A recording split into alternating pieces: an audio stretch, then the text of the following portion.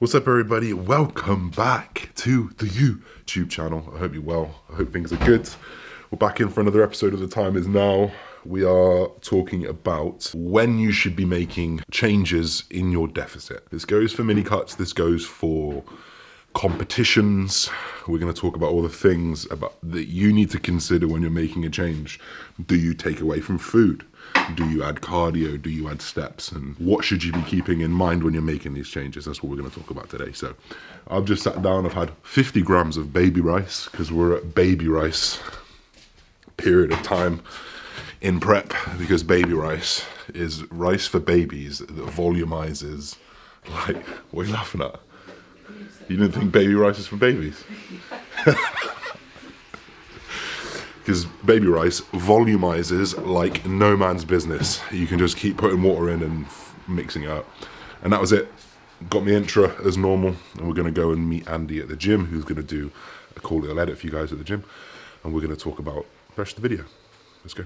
So then, my first tip for you guys: when do you make a change? How do you make a change? I think the first thing that you guys need to understand is that throughout any dieting phase, throughout any phase where you go through a hypercaloric period, essentially when you're eating less food than your body needs, you're in the hypercaloric state, is that performance comes first.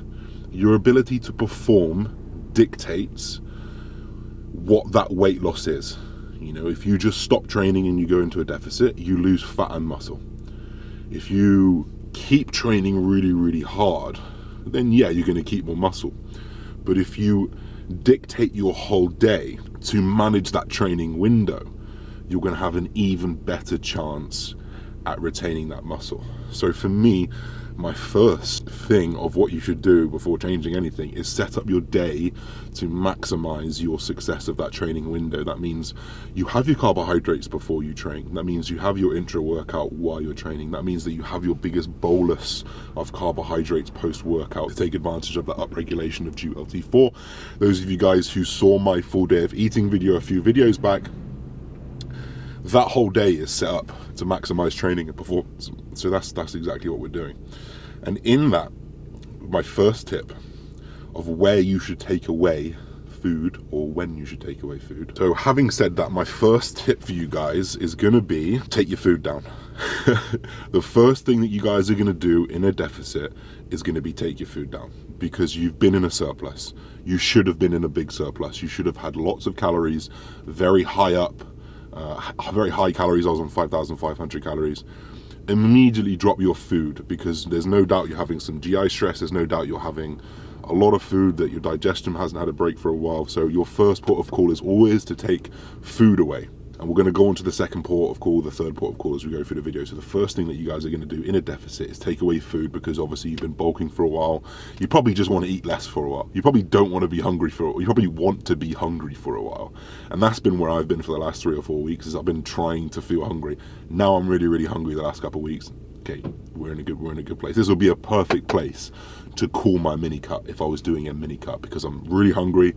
I've lost a good amount, lost 7 kilos, feeling lean. I'd be in a good place to come back up now, but obviously we're going into a bigger deficit, so we have more decisions to make as to where we take our next calories from. But we're going to go to the gym, we're going to get busy, give you our next point before we train, and then we'll train and we'll finish the video off. So see you in a minute.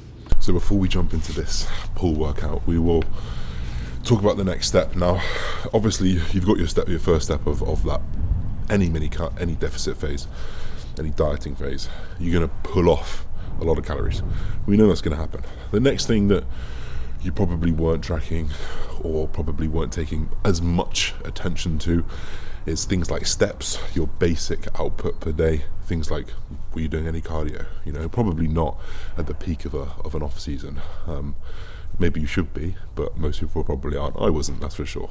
So that would be my next step, would be to either bump your steps to 10,000, which is a pretty big jump up if you've not been tracking. Probably fall around 5 or 6 for me anyway. It was about 5,000 or 6,000.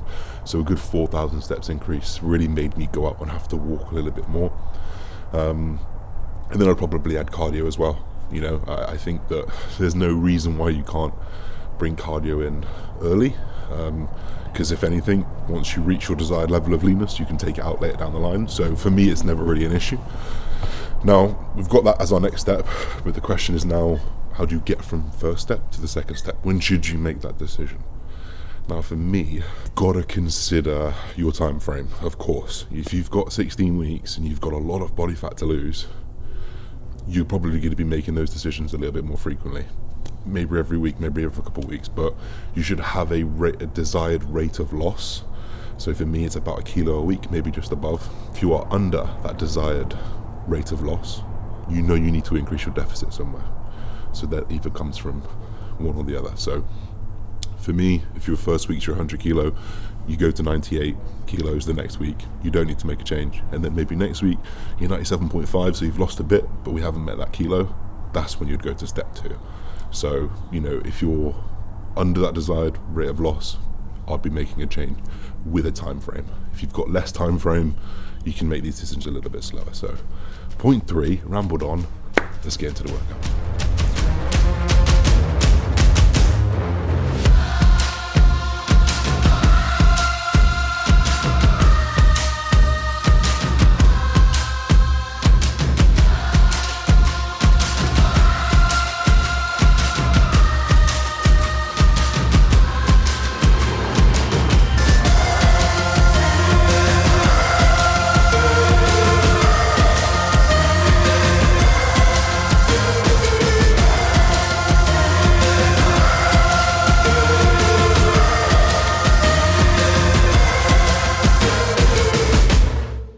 So we're going to sit down for lunch, post-workout meal, 65 grams away, 60 grams of protein, and then we've got 2 whole bagels, which is 90 carb, plus 50 grams of jam, which is an extra 35 carb. So before we get into this, I'm going to round these next few points up, just to kind of summarize the video nicely. So, and I know I keep repeating myself in this, it's just so that people can hear it a few times so that they can kind of understand the process. First step that we said was to drop loads of calories. That's very, very common sense. Food's been really high, etc., etc. Then we'll bring up the cardio, and then obviously from there we'd make informed decisions as to which one we tend to choose. Now, there are things that you need to consider when you're doing more cardio perhaps, or working in more steps. It's if you've got a job, have you got a manual job, have you got a very time-consuming job, you're not going to be able to do hours and hours of cardio and hours of steps. So if you're that person who perhaps doesn't have the time available, perhaps doesn't have the luxury of being in charge of your whole day, you may have to choose lower food where applicable. Now, someone like me, I'm fortunate enough to build my business around bodybuilding. So obviously for me, I can do whatever I need to do. So for me, it kind of makes sense to me to put a bit more cardio in, which is why I'm doing 4 lots of 20 minutes and also 10,000 steps. Not only that, but your training age is going to come into play. I'm obviously 110 kilos. I'm fairly lean. I'm on anabolics. I've trained really hard. My maintenance is going to be higher. So my ability to lose body fat on higher calories is going to be apparent.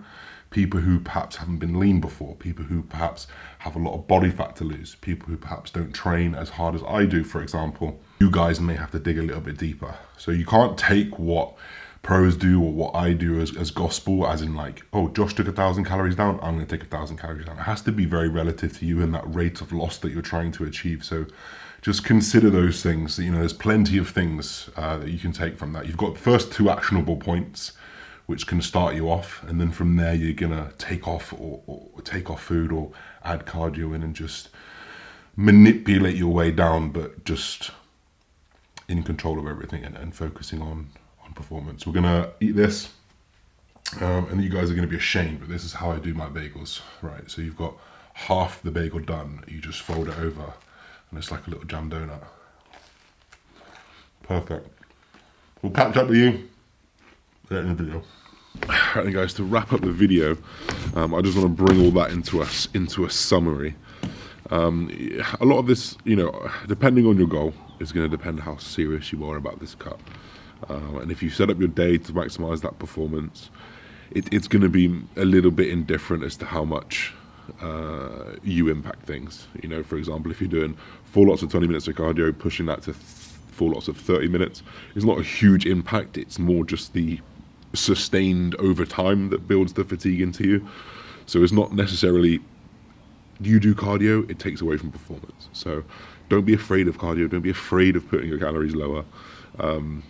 Just go into those decisions knowing that we're thinking about performance, knowing that we're thinking about keeping that window of opportunity around training as premium as possible. So yeah, we'll leave that there. I hope you guys enjoyed this video. We'll be back very soon. You know that. Peace and love, everybody.